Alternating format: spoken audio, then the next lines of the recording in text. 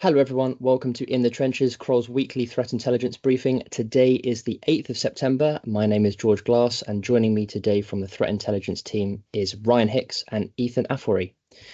This week we are covering a breach of Salesloft Drift, actors utilizing Velociraptor to deploy Visual Studio Code tunnels, a ClickFix generator, vulnerabilities affecting iOS and WhatsApp, and vibe hacking, which Ethan is going to cover for us. So let's get right into these stories. First up, in August 2025, the Salesloft Drift integration platform was compromised by the threat actor KTA223, also known as UNC 6395 or ShinyHunters, resulting in the theft of OAuth and refresh tokens. KTA223 is a financially motivated criminal group that has breached several high-profile sites and has been selling access to the stolen user databases on dark web forums.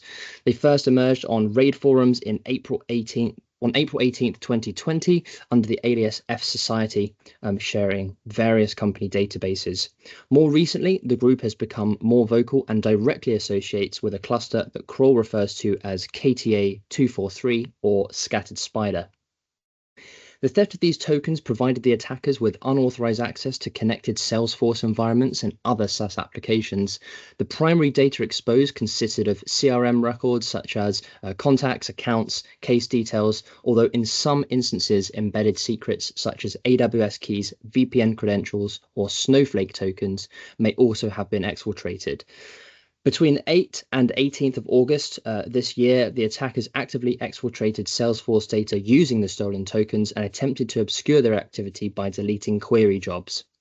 Salesloft disclosed the compromise on the 20th of August and began revoking affected tokens. It's important to note that Salesloft has suspended Drift operations entirely to conduct a rebuild. Several organizations, including Zscalers, Palo Alto Networks, Cloudflare, Tanium, and SpyCloud, acknowledged the exposure of CRM-related business data and all confirmed that their internal systems and core products were not impacted. Salesloft has released an advisory stating that the affected customers have been informed. But again, this really does go to show the significant risk for any organization relying on SaaS products. In this instance, it allowed the threat actors to gain immediate and scalable access that bypassed conventional login controls. And while the immediate impact has been limited to CRM data theft, the exposure of those credentials presents a risk to follow-on compromises and additional phishing campaigns in the coming weeks. And next up, we have a story of threat actors using Velociraptor to deploy Visual Studio Code and leverage the tunneling service. Sophos has identified a threat actor using the instant response tool Velociraptor to download Visual Studio Code via an encoded PowerShell command. The actors then use VS Code run as a service, which allowed them to create a persistent remote tunnel, likely for command and control communications, persistence, and to download additional malicious tooling. Sophos assessed that the follow-on activity would have likely resulted in ransomware being deployed to the system had it not been for their intervention and isolation of the machine. This activity also is reflected in a slightly broader trend. In August, Microsoft reported an intrusion where a threat actor used a combination of tools, memprocfs, a forensics tool that exposes system memory, and Docan, a tool that allows file system mounting to mount live memory and interact with LSAS for credential discovery. By using legitimate tools, threat actors are able to bypass defense, limit forensic artifacts, and more effectively achieve their end goals. Organizations should continue to monitor for the usage of Velociraptor in their environment outside of the context of an IR response engagement.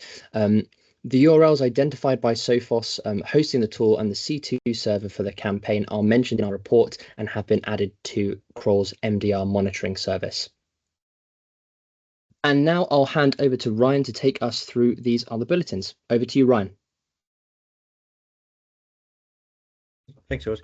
So we've recently discovered a ClickFix tool hosted on a live web page that generates the source code that could potentially be used by an actor or on a malicious or compromised domain to lure victims to running code. We've covered the ClickFix technique a few times recently, which sees victims being asked to copy code from a browser pop-up and execute within the run command box. The campaigns involving ClickFix have typically been linked to less sophisticated organized crime. However, some cases have been attributed to more advanced entities, including KTA 071, also known as Lazarus, and KTA 007, also known as 8028. So the discovered generator here is highly configurable with the majority of settings available for the user to change, such as all of the sort of lore text that appears. And firstly, as shown in the top right image, the site domain that it will be hosted on is added, which will have been either created or purchased by the actor. Then the clipboard content is configured with the required malicious command, which is kind of the most important bit, I guess. For ClickFix, this is typically has been observed in the form of PowerShell or MSHGA commands to download or execute payloads to the victim's device. There are many additional configuration settings where the page can be adapted for each lure pop-up and message that appears to the victim. And finally, obfuscation settings can be applied with medium, high, and stealth options available, which is shown in the bottom right there. And this obfuscation is likely included in an attempt to evade browser-based detection and security. And the output web page that's created is what is now a familiar sight among ClickFix compromises, with the fake Cloudflare verification that creates a pop-up asking the user to copy and run code that was previously configured. And that kind of default output page is shown in the bottom left there. So the reason behind this exact generator being hosted live is currently unknown. It could be for malicious use, of course, threat research, or perhaps pen testing purposes. In its current state, however, regardless of purpose, it does allow anyone to generate source code for ClickFix pages, which can then be used to be configured for any kind of requirements to deliver to the victims. And the use of generation for these kind of pages for ClickFix and the tools being developed continues to display a low level of entry for actors to use this technique to successfully deliver malware. And as I mentioned previously, we have reported on ClickFix a fair bit this year. And although the barrier of entry does lower, there does still remain continued detection opportunities post-compromise, including, as I said, the use of MSHGA with remote URLs, as well as commonly used suspicious PowerShell commands still kind of being seen among these ClickFix campaigns. So still remain key in detecting ClickFix early on in the attack chain. Moving on, next up is a couple of vulnerabilities. So Apple have patched several vulnerabilities in Apple ImageIO and WhatsApp iOS. So the first is CVE 2025-43300 with a CVSS score of 8.8 affecting ImageIO. This is a zero-day vulnerability allowing for memory corruption through a malicious image. And the second is a zero-click vulnerability, which is affecting WhatsApp, tracked as CVE 2025-55177, and CVSS score of just 5.4, affecting its iOS and Mac OS clients. And this allows an attacker to deliver content from a malicious URL without any user interaction. And so although this particular one has a low CVSS score comparably, importantly here, this vulnerability was chained with the previous ImageIO flaw in a targeted spyware campaign.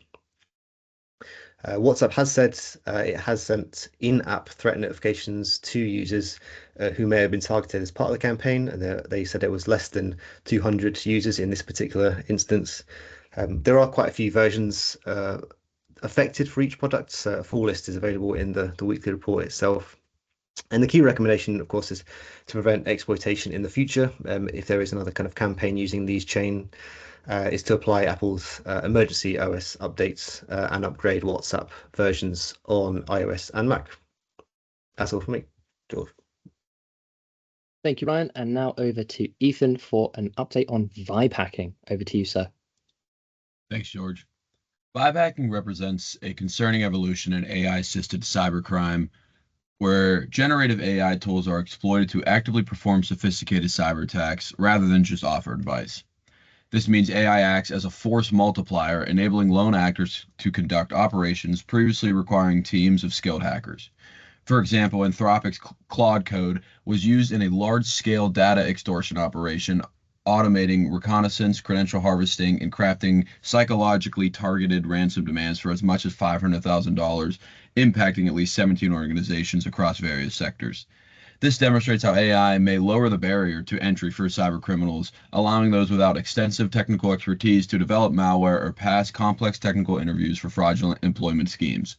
The implication is a fundamental shift in cybercrime. AI-enabled attackers are adapting their operations, making defense and enforcement increasingly difficult. As AI tools continue to be weaponized by adversaries, defenders must respond in kind with intelligent AI-native solutions. Thanks, George. Thank you very much, Ethan. And as always, if you have any comments or questions, please remember to reach out to us at cti@kroll.com. That's all we have for this week. We'll see you next time. Thank you very much.